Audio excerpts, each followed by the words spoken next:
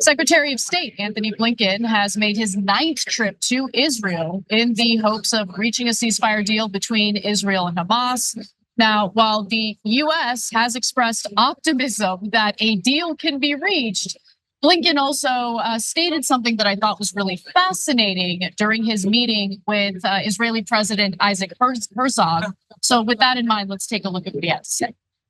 This is a decisive moment, probably the best, maybe the last opportunity to get the hostages home, to get a ceasefire, and to put everyone on a better path to enduring peace and security.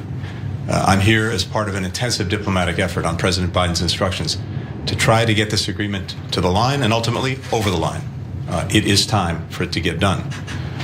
It's also time to make sure that no one takes any steps that could derail this process. And so we're working to make sure that there is no escalation, that there are no provocations, that there are no actions that in any way could move us away from getting this deal over the line, or, for that matter, escalating the conflict to other places and to greater intensity. Now, if this is indeed the last opportunity to forge a ceasefire deal, we're in a lot of trouble because there is no ceasefire deal. And that has been made clear by Netanyahu. So as the Biden administration continues to give you this faux optimism, which I'm honestly incredibly sick of hearing about because it never really comes to fruition, just keep in mind what you're about to hear from Netanyahu later in this segment. So real quick, I should note that Israel says that 111 hostages are still being held in Gaza.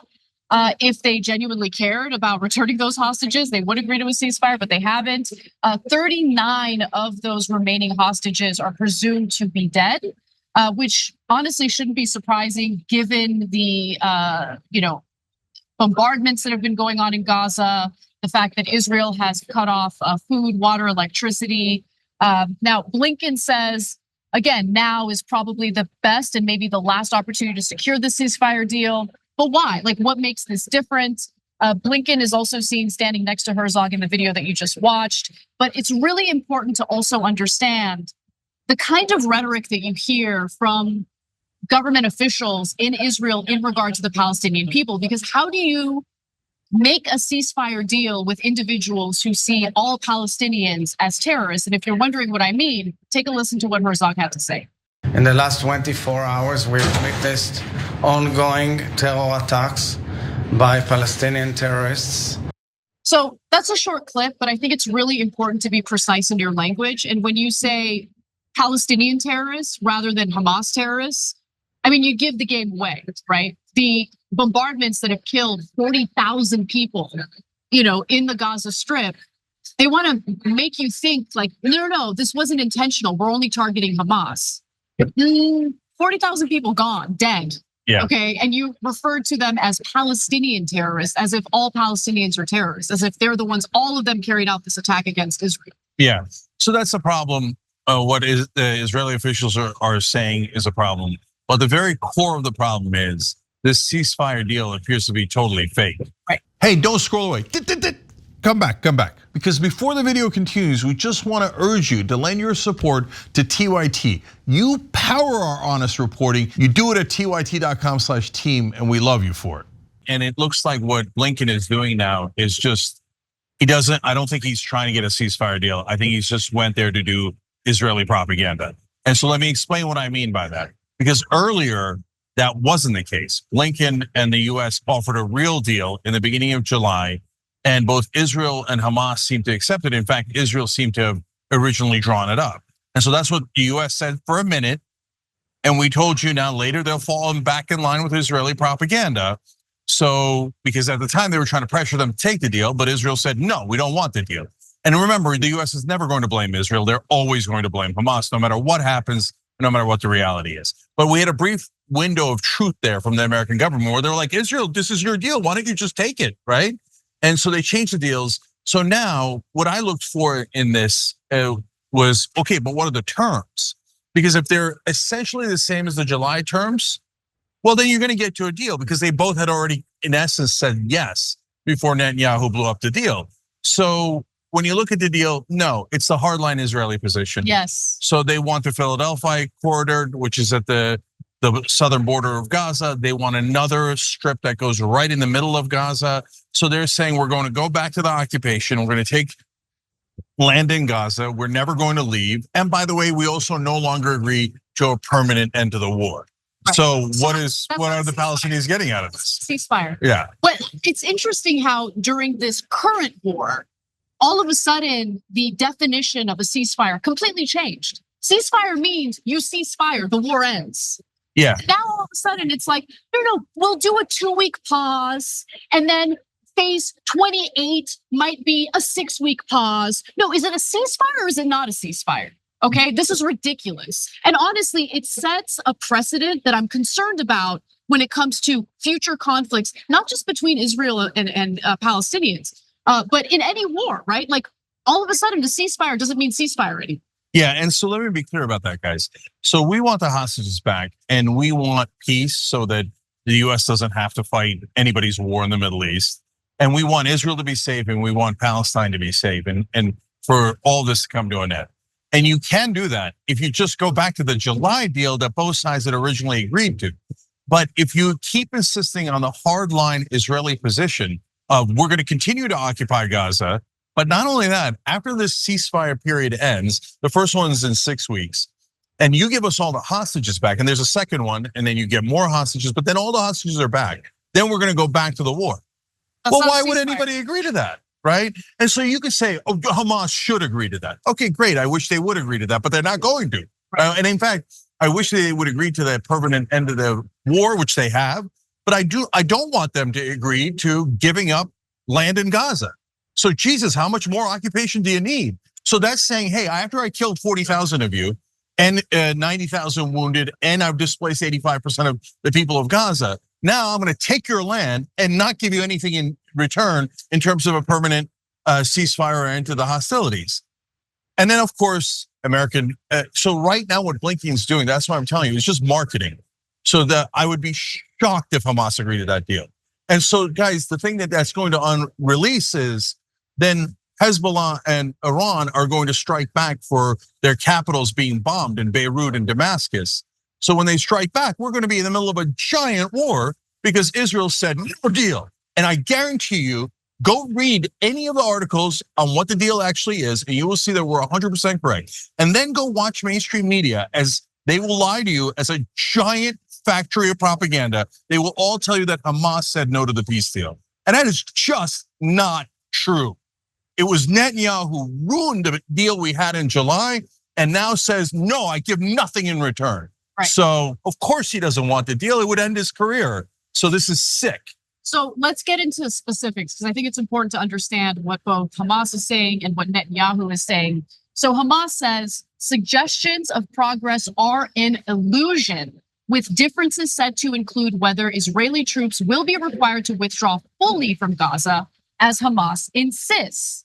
Now, in a statement on Sunday, Hamas accused Israeli Prime Minister Netanyahu of putting obstacles in the way of an agreement and setting new conditions and demands with the aim of prolonging the war, which is what Netanyahu has been doing from the very beginning because it serves his political interest. He wants to remain in power, and the best way to do so is to prolong the war.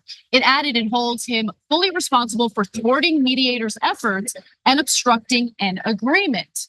Now, a Hamas source also told Saudi media that the proposals that they reject include the IDF maintaining a reduced presence along the Philadelphia corridor, as Cenk had alluded to earlier, no permanent ceasefire.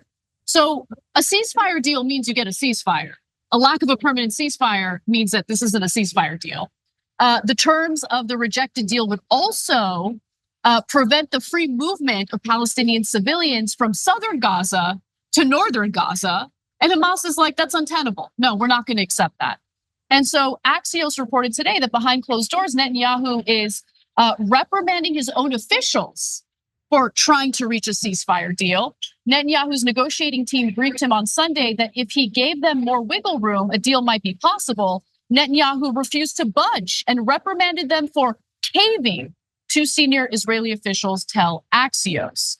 And so this has come at a massive cost to Palestinian civilians, okay? To Israeli civilians. I mean, they're living in fear because now you have Iran, threatening to target Israel on their land. There was recently an attack in Tel Aviv. And so is this making Israelis feel safe? I'm sure it isn't. And then it is dragging us closer and closer, the United States government, to a war with Iran, which would be a complete and utter disaster, okay? And it's devastating when you hear the very specific stories. So I want to give you some examples. So far, as I mentioned earlier, more than 40,000 Palestinians have been killed in Gaza. One of the latest horrific examples was an Israeli airstrike on Sunday that killed a woman and 6 of her children. 4 of those 6 children were quadruplets, gone, wiped out, dead in one Israeli airstrike. Mohammed Awad Khattab, who is the children's grandfather, said his daughter, a school teacher, was with her husband and their 6 children when their house was struck. He said the children ranged in age from 18 months to 15 years and that 4 of them were quadruplets. He told reporters outside of a hospital that the 6 children have become body parts. They were placed in a single bag. What did they do? Did they kill any of the Jews? Will this provide security to Israel? And of course it won't, because this isn't really about providing security for Israel, okay? This is about a far-right government led by a far-right prime minister who doesn't care about anyone's safety. He doesn't care about the hostages. He doesn't care about Israeli civilians. He certainly doesn't care about Palestinian civilians. He cares about his own power and maintaining it. He doesn't want to leave office. He certainly doesn't want to stand trial for the corruption charges that he has been accused of. This is all about Netanyahu and what's best for Netanyahu. It is disgusting, and lives are being lost as a result of it, but he doesn't care. He doesn't care. Yeah, so look, last thing I'll say on this is because you will see wall-to-wall propaganda on mainstream media, don't forget what Axios reported that Anna just read. His own negotiating team told Netanyahu, we can have a deal here. We can get the hostages back. We can have a ceasefire. Just need a little bit of wiggle room and we're good. And Netanyahu told him, no. That is 2 senior Israeli officials telling Axios that story. That's not Palestinians, that's not human rights groups, it's not even reporters. It's 2 Israeli officials saying we could have a deal right now, but Netanyahu refuses to budge because he doesn't want a deal. So do not believe any lie. Look, if you say to me, hey, you should hate Hamas and you should hate what they did on October 7th. I hate what they did on October 7th. I think terrorism is a terrible idea when Hamas does it. I think terrorism is a terrible idea when Israel does it. So that's easy, guys, that's easy. But can you get to a peace deal that actually works here? And we had one, and in fact, we can have one right now if you believe senior Israeli officials. But instead, Netanyahu says no, and you will hear all of American media lie in the upcoming days and say that Hamas said no, when it was in fact Netanyahu who said no. And so now we'll go to war, and then you'll be forced to pay for it. And some of you, maybe if it gets bad enough, with your lives or your kids' lives, when we could have had a deal today, and I don't want you to forget that. Thanks for watching The Young Turks, really appreciate it. Another way to show support is through YouTube memberships. You'll get to interact with us more. There's live chat emojis, badges. You've got emojis of me, Anna, John, JR. So those are super fun. But you also get playback of our exclusive member-only shows and specials right after they air. So all of that, all you gotta do is click that join button right underneath the video. Thank you.